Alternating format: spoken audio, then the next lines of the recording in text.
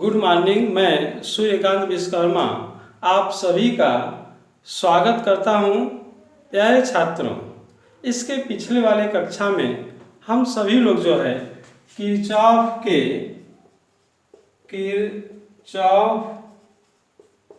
के प्रथम नियम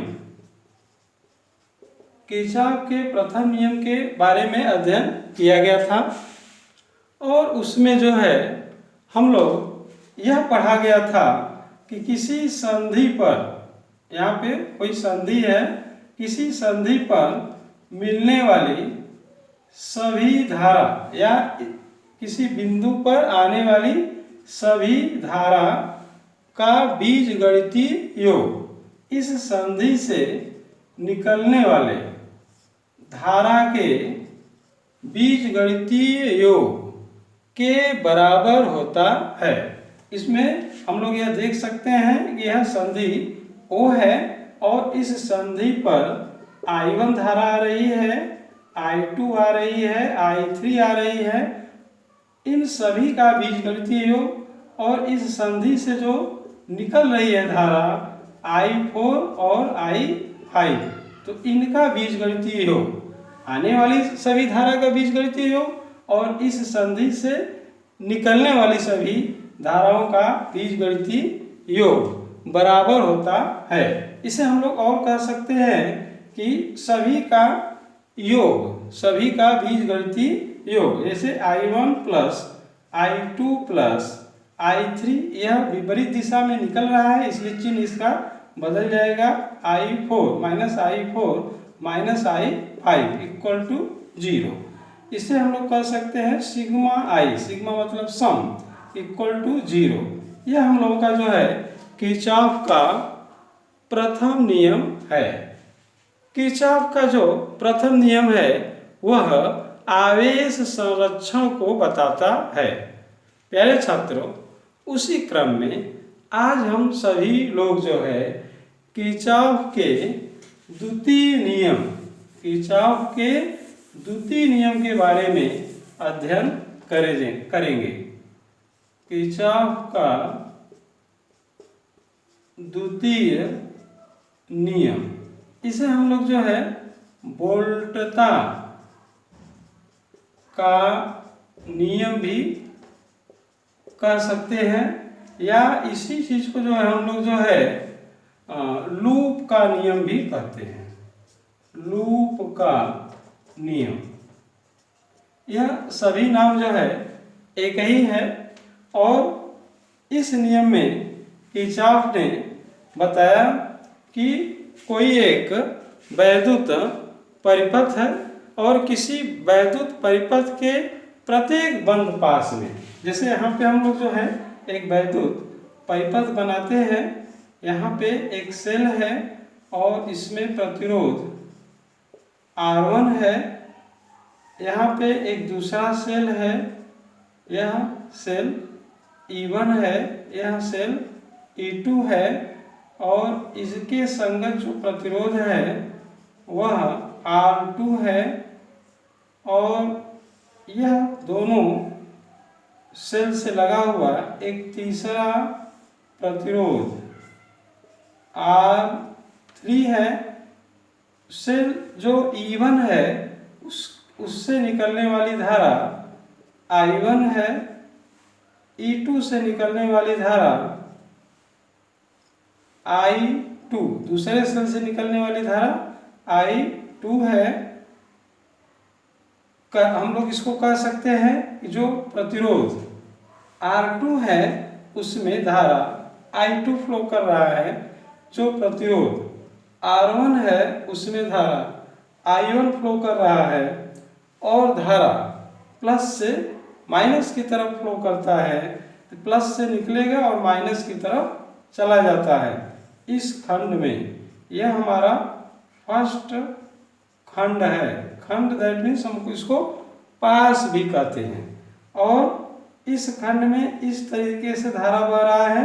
इसमें इस प्रतिरोध में R3 प्रतिरोध में बहने वाली धारा I3 है, यानी कि इससे जो धारा निकलेगी सेल, दूसरी सेल से E2 सेल से वह इसमें आएगा, और जो E1 सेल है उससे जो धारा निकल रही है I1 वह भी इसमें आ रहा है। कहने का मतलब यह जो I3 है यह दोनों धारा का योग है। यह हम लोगों का दूसरा सेकंड खंड है। यह फर्स्ट खंड है, एक खंड इसका है और यह इसका दूसरा खंड है। यहाँ पे A, B, C, D, E, F एक वैद्युत परिपथ है। हम लोग किरचॉफ का द्वितीय नियम को पढ़ा जा रहा है। तो किरचॉफ का जो द्वितीय नियम है वह किसी परिपथ के प्रत्येक, किरचॉफ का जो दूसरा नियम है हम लोग लिख सकते हैं इसको, किसी परिपथ के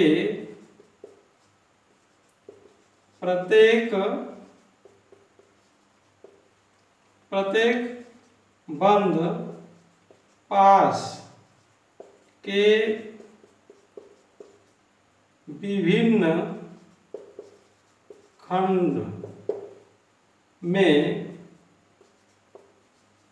बहने वाली धारा तथा उसके संगत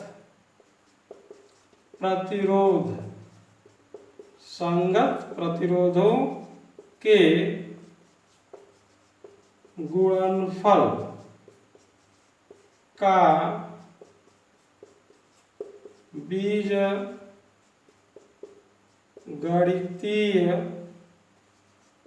योग उसमें लगे विद्युत वाहक बल के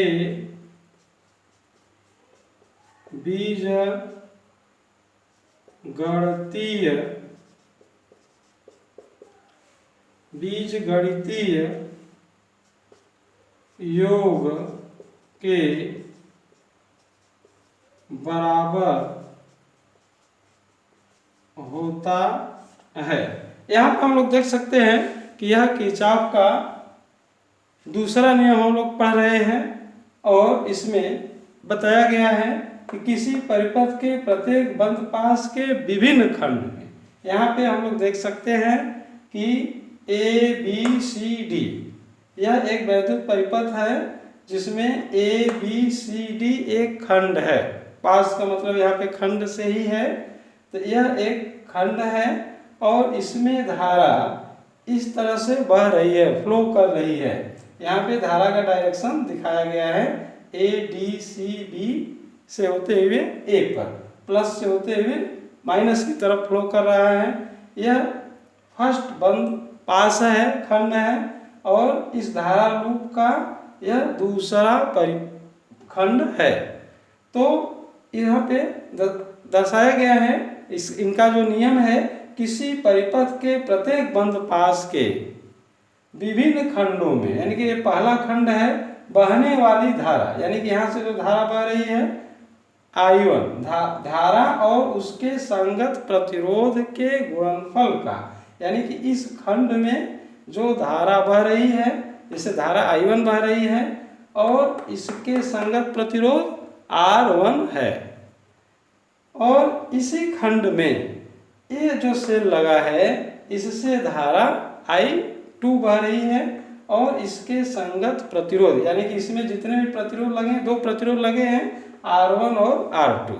R1 में बहने वाली धारा क्या है I1, R2 प्रतिरोध में बहने वाली धारा क्या है I2। तो इन दोनों प्रतिरोध का और इसके संगत धारा का प्रतिरोध और उसमें जो बहने वाली धारा है का गुणनफल कर दें और उसको जो है जोड़ दें, सिंपल योग कर दें।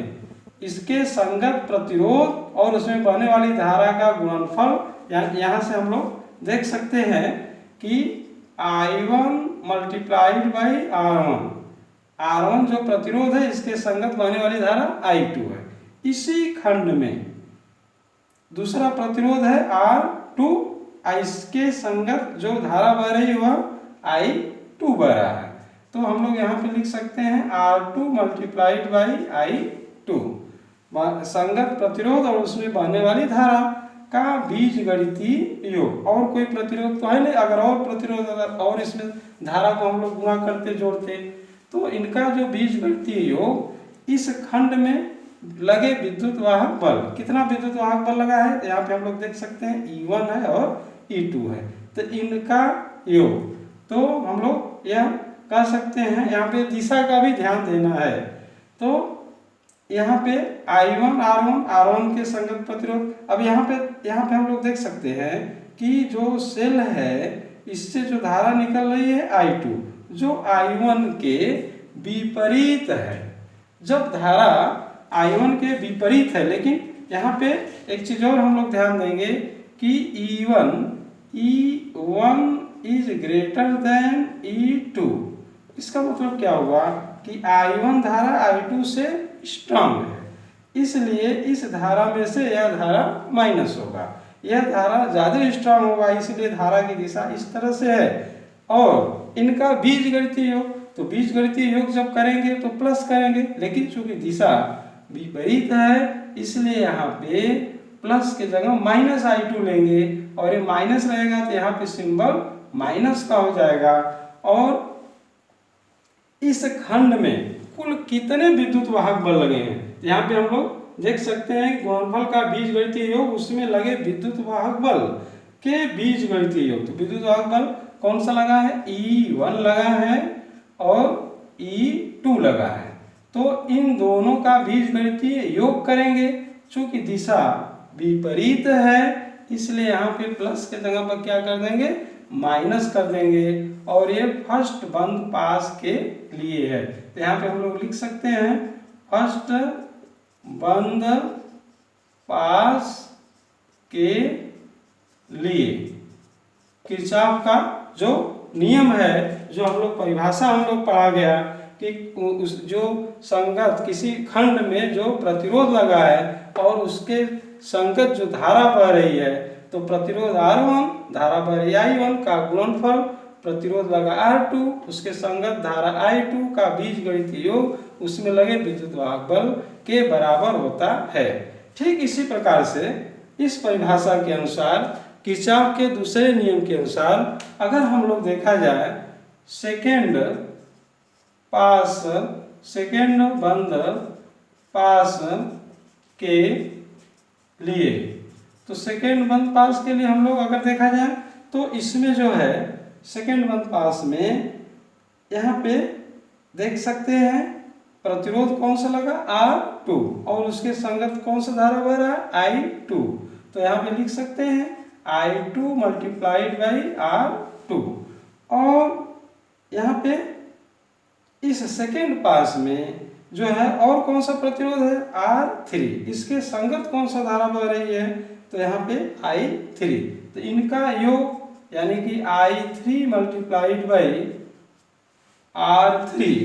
और इसमें कितने विद्युत वाहक बल लगे हैं, तो केवल एक ही विद्युत वाहक बल E2 दिख रहा है और कहीं विद्युत वाहक बल तो है नहीं, तो इक्वल टू होगा लगे विद्युत वाहक बल इसके संगत प्रतिरोध यानी कि R2 संगत धारा I2 प्लस R3 संगत धारा I3, प्रतिरोध R3 है संगत धारा इसके I3 है का योग बीजगणितीय योग उसमें लगे विद्युत वाहक बल। अगर और विद्युत वाहक बल लगा रहता है यहाँ पे E2 E3 E4 तो सबका हम लोग बीजगणितीय योग कर देते।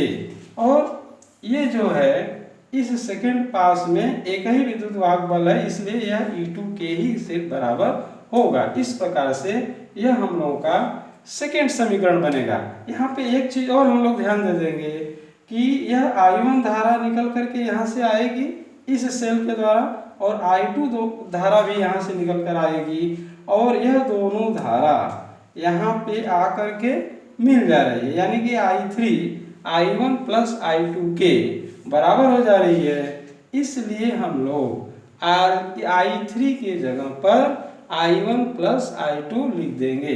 तो इस प्रकार से I2 R2 प्लस, अब यहाँ पे हमने लिख दिया I1 plus I2 multiplied by R3 बराबर E2 के। इस प्रकार से यह हम लोगों का सेकेंड समीकरण बन गया।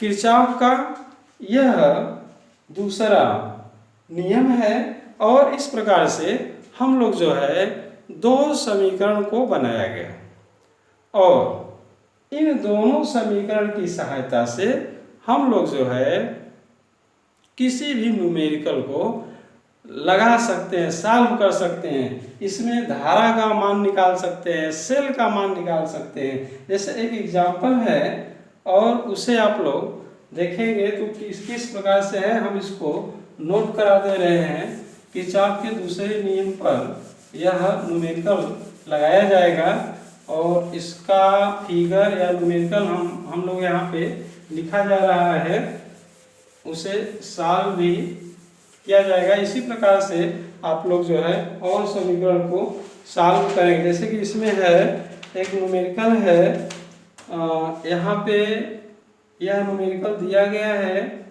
यह 3 वोल्ट की बैटरी है और इसमें जो है एक प्रतिरोध लगा है 1 ओम का।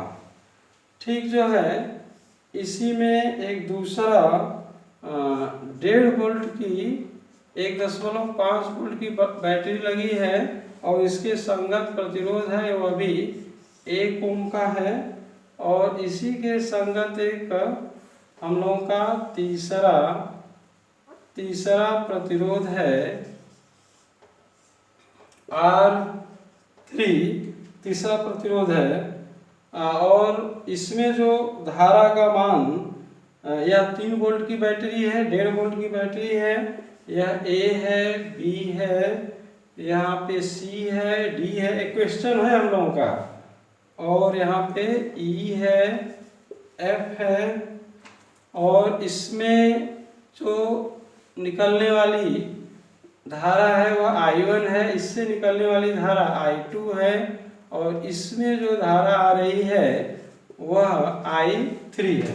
हमें जो है ज्ञात करना है, इस क्वेश्चन में ज्ञात करना है I1 का मान, I2 का मान और I3 का मान। यह 3 चीजें इसमें I1, I2, I3 का मान निकालना है। प्यारे छात्रों, यहाँ पे आप लोग देख सकते हैं कि यह एक वैद्युत परिपथ दिया गया है और इस न्यूमेरिकल में हम लोगों को जो है I1, I2, I3 का मान ज्ञात करना है और यहाँ पे प्रतिरोध हम लोगों को दे दिया गया है। यहाँ पे प्रतिरोध जो R3 है यह 2 ओम का दे दिया गया है। इसमें हम लोगों को ज्ञात क्या करना है, धारा का मान। तो इसके लिए हम लोग किरचॉफ का दूसरा नियम लगाएंगे। यहाँ पे हम लोग देख सकते हैं कि यह फर्स्ट बंद पास है और यह हम लोगों का सेकेंड बंद पास है। सबसे पहले हम लोग जो है फर्स्ट बंद पास के क्रम में चलेंगे तो समीकरण 1 बनाएंगे, जैसा कि अभी हम लोग पढ़ा। दूसरा बंद पास के लिए लेंगे तो समीकरण 2 बनाएंगे। यहाँ पे आप लोग जो है देख सकते हैं कि फर्स्ट पास के लिए, फर्स्ट बंद पास के लिए, तो प्रथम बंद पास के लिए यहाँ पे देख सकते हैं कौन सा प्रतिरोध लगा है, 1 ओम का। इसके संगत धारा क्या बना, I1 फ्लो कर रहा है। फिर उसके बाद यहाँ पे इसी बंद पास में यहाँ पे 1 ओम का और प्रतिरोध है और इसके संगत जो धारा बह रही है वह I2 है। यह दोनों विपरीत दिशा में है इसलिए माइनस करेंगे और इसके संगत जो वोल्ट है वह 3 वोल्ट का और माइनस 1.5 वोल्ट का 2 लगा है, E1 प्लस E2। चूंकि विपरीत है इसलिए माइनस हमने। इस प्रकार से एक समीकरण हम लोगों ने बना लिया, I1 माइनस I2, 3 में से 1.5 घटा देंगे तो 1.5। इस प्रकार से समीकरण 1 बन गया। सेकेंड वन पास में अगर हम लोग चलते हैं तो यहाँ पे धारा इस प्रकार से फ्लो कर रही है, तो इसके संगत प्रतिरोध 1 ओम है, बहने वाली धारा I2 है, और यहाँ पे प्लस, यहाँ पे धारा I3 है। I1 और I2 दोनों मिल गया, R3 धारा जो है 2 ओम के प्रतिरोध में फ्लो कर रहा है, तो 2 गुणे I3, इसके संगत जो वोल्ट लगा हुआ है वह 1.5 का है। अब यहाँ पे I3 का मान यहाँ पे पुट कर दे अगर हम लोग, तो I3 दोनों का योग होगा, I3 बराबर I1 प्लस I2, क्योंकि दोनों मिल करके इसमें फ्लो कर रहा है, तो यहाँ पे I1 plus I2 equal to 1.5। अब इसको हम लोग सॉल्व करते हैं, तो I2 plus 2I1 plus 2I2 equal to 1.5। I2 प्लस हो जाएगा, तो 2I1 plus 3I2 equal to 1.5। यह समीकरण 2 बन जाएगा। और समीकरण 1 आप लोग देख सकते हैं, 2 देख रहे हैं, 1 और 2 को हम लोग जो है सॉल्व कर लेंगे, तो I1 I2 I3 का मान बहुत आसानी से निकाला जा सकता है। समीकरण नंबर 1 में समीकरण 2 का मल्टीप्लाई करके 1 और 2 को सॉल्व कर लेंगे, तो समीकरण नंबर 1 में 2 का गुणा करके समीकरण नंबर 2 को जोड़ करके सॉल्व करेंगे। तो देखिए इसमें 2 का मल्टीप्लाई करेंगे तो I1 है, तो 2I1 minus 2I2 equal to 3। यहाँ पे इसमें करेंगे तो 2I1 plus 3I2 equal to 1.5, minus कर दिया हमने, तो ये कट गया और यह जो है सब्सट्रैक्ट करेंगे तो माइनस माइनस प्लस हो जाएगा, तो 5I2 minus 5I2 equal to 1.5, तो I2 इक्वल टू 1.5 अपॉन 5, तो ये हो जाएगा 0.3 एम्पियर। I2 का मान हम लोगों ने निकाल लिया। अब I2 का मान समीकरण 1 में अगर हम लोग रख देंगे तो क्या निकल जाएगा, I2 का मान हम लोगों ने निकाल लिया माइनस 0.3 एम्पियर। समीकरण नंबर 1 में I2 का मान रखने पर तो I1 निकल जाएगा, तो I1 यहाँ पे आप लोग देख सकते हैं माइनस I2 का मान कितना निकाल लिया हमने 0.3, minus minus plus equal to 1.5, यह इधर की तरफ चला जाएगा, घट जाएगा, तो I1 बराबर 1.5 माइनस 0.3 घट जाएगा तो 1.2, तो I1 का मान हो गया 1.2 एम्पियर।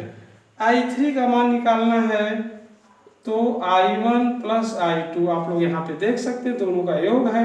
I1 का मान हम लोगों ने निकाल लिया, I1 का मान 1.2, I2 का मान माइनस 0.3, दोनों को हम लोगों ने 1.2 में से 0.3 को माइनस कर दिया, चूंकि माइनस है तो ये कितना आ जाएगा, घटा देंगे हम लोग, तो 0.9 एम्पियर।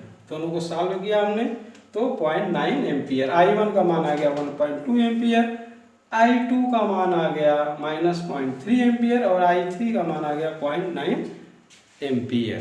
इस प्रकार से और सवाल हम लोग अपने किताब में से देख करके सॉल्व करेंगे और फिर नेक्स्ट डे हम लोग अगला टॉपिक पढ़ेंगे। धन्यवाद।